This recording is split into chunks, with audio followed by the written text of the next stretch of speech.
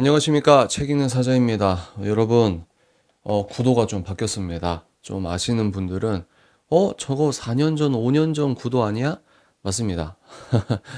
제가 새로운 마음으로 영상을 좀 꾸준히 찍어야겠다라는 마음이 들어서, 각도를 좀 찾아보다가 아이를 키우다 보니까, 제 방에서 이런 각도가 또 나오게 되었습니다. 여러분들 안 보이시겠지만 여기 허연 게 있거든요. 그 애기 침입니다.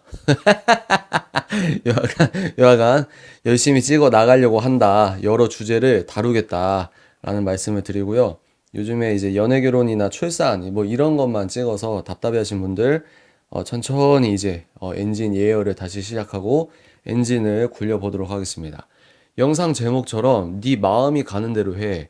우리 기독교인조차 그렇게 이야기를 하거나 강단에서 그런 식으로 말씀 선포가 되거나 그래서 이제 기독교인들도 내 마음 안에 하나님께서 감동하셔서 성령께서 나에게 말씀하셔서 이런 이야기가 틀렸다는 게 아니고요. 그게 일정 부분 맞죠. 하나님께서 마음에 감동을 주시니까. 근데 그 나머지 반쪽이 있습니다. 그래서 제가 영성을 균형이라고 했죠.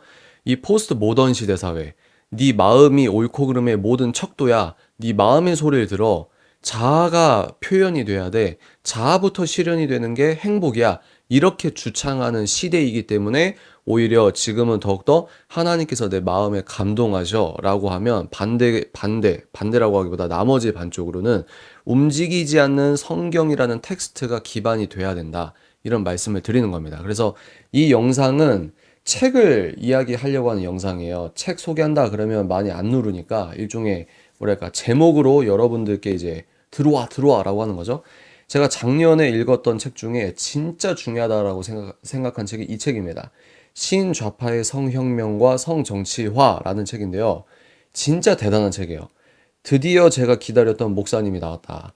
부흥과 개혁사가 이 책을 번역을 해주신 게 너무너무 감사하다. 이런 마음이 들 정도로 작년에 정말 이 책을 너무 중요하게 잘 읽었습니다. 근데 이 책을 저희 사자그라운드가 독서 멘토링으로 하려고 하면 너무 두껍기 때문에 또 너무 학술적인 부분이 있기 때문에 독해력이나 문해력이 그러니까 긴 글 읽는 게 훈련이 안 되신 분들 또 이제 가치 체계가 이 세계관적인 정립이 안 되신 분들은 어렵게 느낄 수가 있어서 제가 이 책을 소개하고 싶은데 좀 이랬단 말이에요. 거기에서 다행스럽게 이 책이 너무 중요하다 보니까 좀 더 대중적인 책을 만들어 주라 이런 요구가 있었나 봐요. 그래서 똑같은 작가가 이렇게 얇은 책을 만들었습니다. 그래서 저희가 이 책을 7월에 선정해서 공부를 하는데 여러분들이 이제 제가 뭐라고 했죠? 네 마음이 가는 대로 해. 이거를 기독교인들도 그런 이야기를 하고 있다는 거예요. 또 내 마음에서 하나님께서 말씀하셔서 이런 이야기가 이 시대 가운데는 약간 좀 우리가 돌아봐야 될 이 시대적 흐름이 있다는 거죠. 왜 그러냐? 저희가 17세기 이전을 전근대라고 합니다. 근대 앞에 있다. 그래서 중세시대라고 하기도 하고 하나님의 어떤 진리, 그러니까 진리가 있는데 우리 삶에 진리가 존재하는데 진리는 우리 마음에서 찾는 게 아니라 진리는 내 마음이 아닌 나의 외부, 객관적인 움직이지 않는 정경, 텍스트라고 하는 66권 성경이 진리였다는 거죠. 그래서 기독교인들은 이 내 내면이 아니라 이 움직이지 않는 진리, 이 텍스트, 내 외부에 있는 진리를 향해 가는 것, 종교적 표현으로 십자가 길을 걸어가는 것, 자아 실현이 인생의 목적과 행복이 아니라 예수님 뜻 실현, 예수님 비전 실현이 우리 기독교인들에게 가장 인간의 참 만족을 줄 수 있는 거기서 행복을 누릴 수 있는 이거를 쉽게 말하면 진리는 외부에 있는 것이고 그 외부 성경이라는 진리를 우리가 따라가는 거. 이 과정에서 어떤 내면의 어떤 다스림, 내면의 어떤 정리 이런 것들은 있을 수 있겠죠. 근데 전 근대 시대 때까지만 해도 진리는 내 외부에 있고 그걸 쫓아가고 따라가고 십자가 길을 걸어가고 하나님을 닮아가는 거, 예수님을 닮아가는 거 이런 갈고리를 내 내면에서 밖으로 뺐단 말이죠. 근데 이제 근대 사회나 지금은 포스트 근대 사회라고 할까요? 포스트 모던 시대에는 어떤 특징이 있냐면 이제 하나님은 존재하지 않아. 하나님 잘라버렸죠. 그리고 눈에 안 보이는 하나님의 법칙도 잘라버렸죠. 그러니까 뭡니까? 완벽한 유물론, 물질이 다야. 그리고 완벽한 자연주의. 초자연은 없어. 그러면서 거기에서 다루는 학문인 과학이 이제 우상이 되는 거죠. 과학과 과학주의가 다르다고 말씀드렸는데, 이런 사상사적 흐름에서 가장 대표적으로 우리가 사탄의 미혹에 쏠려가고 있는 게 뭐냐면 네 마음이 중요해 라고 하는 거죠. 이 책에서는 이거를 심리적 인간이다 라는 표현을 씁니다.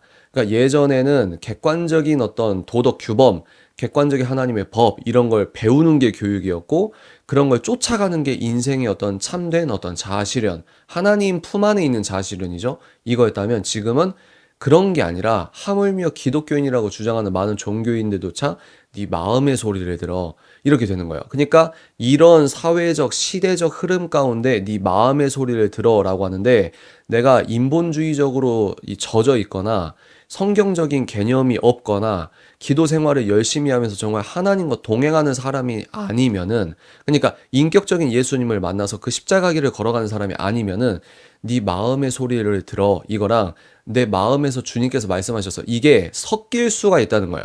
이해가 되십니까? 그러니까 이런 것들이 되게 예민한 부분이지만 굉장히 중요한 부분이다. 그래서 이 책은 뭐라고 했다고요?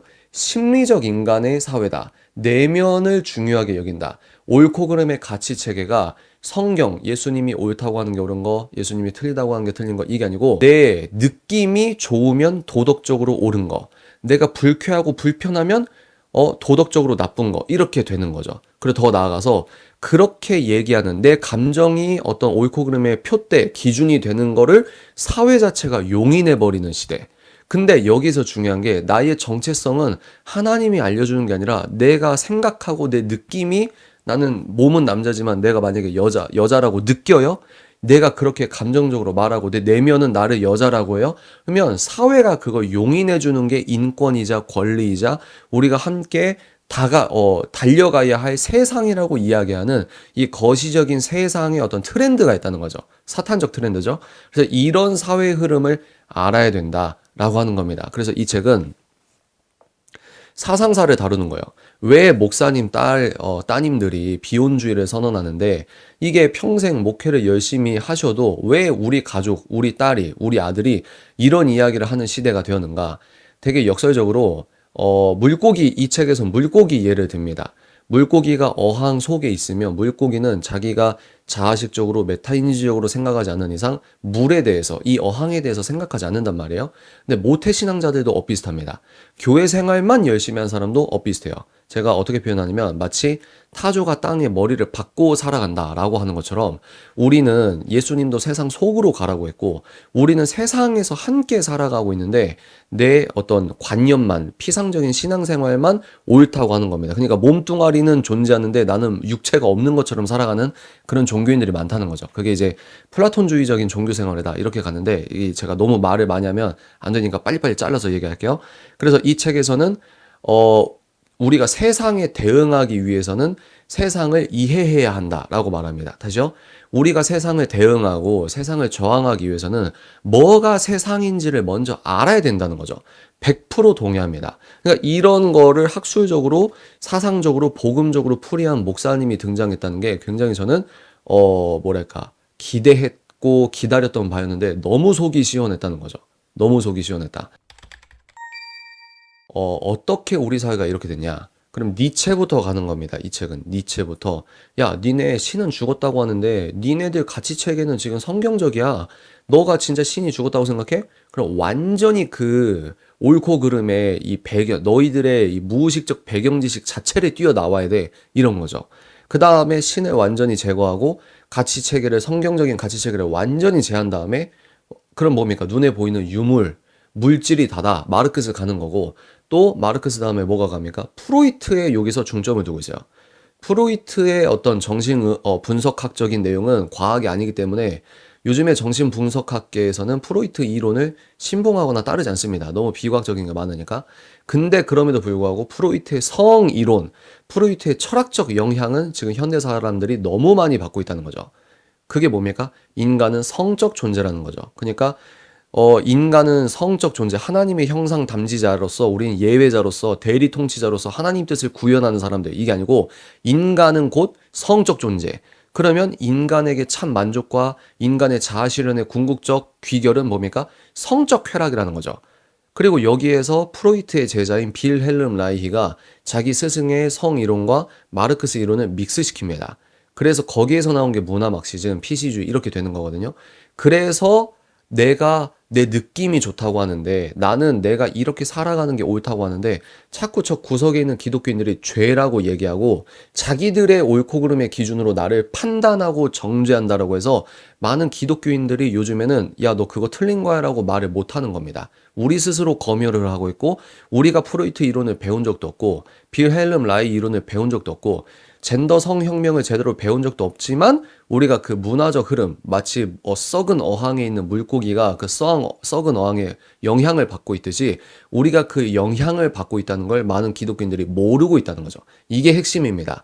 많은 기독교인들이 프로이트나 뭐 니체나 이런 걸 공부하지 않았지만 하나님을 대적하는 인간이 만든 사상과 이론에 아멘하고 그 교리집을 따라서 아멘, 종교적 아멘 따로, 평일사회 아멘 따로, 이런 투트랙으로 아멘을 동시에 하고 있지만 어떤 거리낌도 없이 살아가는 겁니다. 그냥 이런 상황에서, 나에게 말씀하셔서 이런 말들이 굉장히 위험할 수 있는 시대와 사회라는 거죠. 이런 걸 알아야 된다는 겁니다. 그렇다고 제가 뭐 하나님께서 감동을 주셔. 이걸 부정하면 안 되는 거예요. 그러면 완전 진짜 무슨 이성주의자, 지식주의자로 가는 거고 영성은 균형이기 때문에 하나님께서 귀한 감동을 주신다는 거죠. 근데 우리가 그렇게 이야기하기까지는 굉장히 많은 하나님을 아는 지식과 또 성경 안에 의거해서 안전한 뭐랄까요? 교리적 어떤 신학적, 신앙적 울타리 안에서 하나님 보실 때 진정으로 이 사람이 십자가길을 걸어가는 그 동행하는 삶에서 얘기가 나오면 부작용이 덜한데 그런 뭐랄까 사람들이 만든 사상과 이론의 습성을 그대로 답습하면서도 뭐가 옳은지 그른지 모르면서도 자아 만족과 자아 표현을 평일사회에서 그렇게 구현하는 게 예배자의 상과 대치되고 대척점에 있음에도 그거에 대한 아무런 거리낌도 없으면서도 그 일환으로 내 마음에서 이렇게 감동이 와. 이거는 좀 그렇다는 거죠. 이해가 되십니까? 그래서 이 책을 여러분들이 읽어보시면 왜 그렇게 젠더 하는 게 위험하다.